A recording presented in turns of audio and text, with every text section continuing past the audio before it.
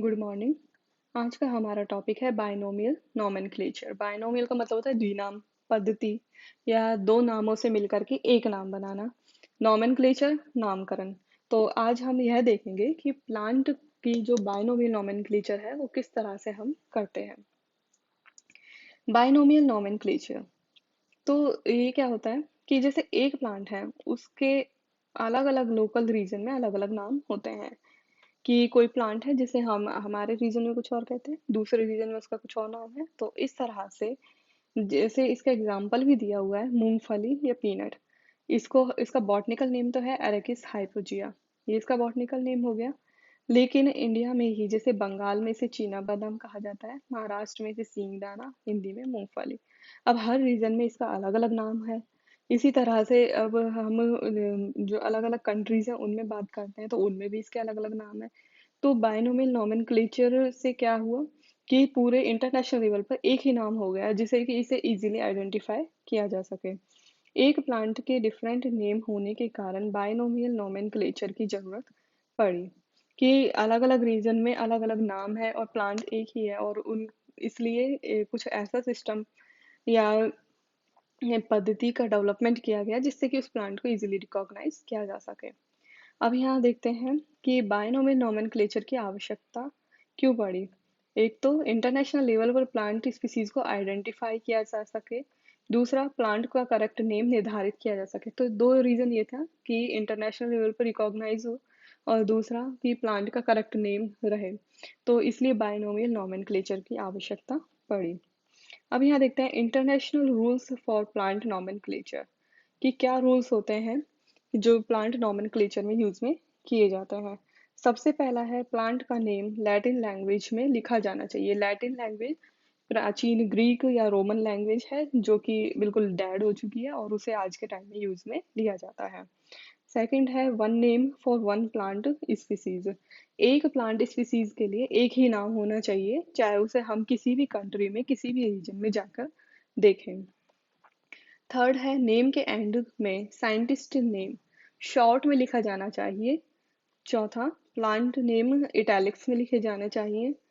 Fifth हाथ से name लिखा गया है तो उस कंडीशन में क्या होगा, उसे अंडरलाइन कर देना चाहिए। सिक्स्थ है अगर एक ही प्लांट के दो नेम लिखे गए हैं तो वैलिड वो होगा जो सबसे पहले लिखा गया है, तो सबसे पहले लिखा गया नाम वैलिड माना जाएगा। और लास्ट है फैमिली एसी और ऑर्डर एल्स, इस तरह के सफिक्स यूज में लिए जाने चाहिए।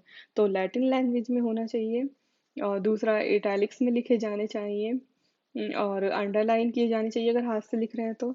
और साइंटिस्ट का नाम शॉर्ट में लिखा जाना चाहिए। अगर दो नाम लिखे जा चुके हैं, एक ही प्लांट को दो बॉटनिकल नेम दे दिए तो वैलिड वो माना जाएगा जो सबसे पहले लिखा गया था। फिर देखते हैं बिगनिंग ऑफ ऑर्गेनाइज्ड नोमेनक्लेचर कि इसकी जो बायनोमियल नोमेनक्लेचर है इससे पहले कैसा होता था और किस तरह से इसकी शुरुआत हुई।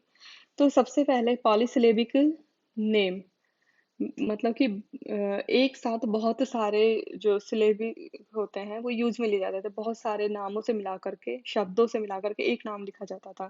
तो ये बहुत ही ज्यादा कॉम्प्लेक्स होता था। इसका एग्जांपल है सैलिक्स। सैलिक्स का नाम इस तरह से लिखा जाता था सैलिक्स प्यूमिला एंगस्टिफोलिया अल्टेरा। तो ये चार शब्दों से मिलकर के एक नाम बना हुआ है, तो ये पॉलीसिलेबिक नेम है। तो ये जो नाम होते थे काफी जटिल लंबे और बहुत ज़्यादा पॉपुलर नहीं हो पाए इस कारण से, लंबे और जटिल होने के कारण। तो इसके बाद आया बाइनोमियल नोमेनक्लेचर। अब यहाँ देखते हैं father of binomial nomenclature. Father of binomial nomenclature थे गैस्पर्ड कैस्पर बॉहिन। ये पहले वो थे साइंटिस्ट या पर्सन जिन्होंने सबसे पहले बाइनोमियल नोमेनक्लेचर के बारे में अपनी बुक पाइनेक्स में बताया था। इसके बाद कैरोलस लीनियस ने इस सिस्टम को पॉपुलर किया। तो फादर ऑफ बाइनोमियल नोमेनक्लेचर थे गैस्पर्ड कैस्पर बॉहिन, लेकिन जो इन्होंने बाइनोमियल नोमेनक्लेचर वाला सिस्टम दिया था इसको पॉपुलर किया था कैरोलस लीनियस ने। इनकी बुक थी स्पीसीज प्लांटेरम, इसमें इस पद्धति का इन्होंने प्रयोग किया था। तो बाइनोमियल नोमेनक्लेचर में क्या होता है, दो वर्ड या दो शब्दों से मिलकर के एक बॉटनिकल नेम बनता है। पहला जो शब्द होता है वो जेनेरिक एपिथेट होता है जिसमें जीनस नेम आता है, दूसरा इसका स्पीसीज एपिथेट होता है जिसमें स्पीसीज का नाम आता है। फर्स्ट लेटर इसमें कैपिटल होता है जीनस का, उसके बाद सारे स्मॉल में लिखे जाते हैं। जैसे एग्जांपल है यहाँ पर पिटूनिया अल्बा, तो पिटूनिया इसका जीनस है और अल्बा इसकी स्पीसीज है। अब यहाँ देखते हैं एडवांटेज ऑफ बाइनोमियल नोमेनक्लेचर। सबसे पहले नेम स्मॉल में लिखे जाते हैं, दूसरा लैटिन लैंग्वेज में लिखे जाते हैं, और फिर विभिन्न जातियाँ एक ही वंश की हैं, और इससे यह भी पता चल जाता है। जैसे ब्रेसिका स्पीसीज है, इसमें देखते हैं Brassica nigra, Brassica campestris, Brassica oleracea, Brassica juncea. तो इस तरह से हमें ये भी पता चल जाता है कि एक ही जीनस की इतनी सारी स्पीसीज अवेलेबल हैं। Easy to in the comparison of old system of nomenclature, जो पुराना सिस्टम था nomenclature का उससे बहुत ही ज़्यादा इजी होता है। स्पीसीज नेम से प्लांट कैरेक्टर का पता लगता है।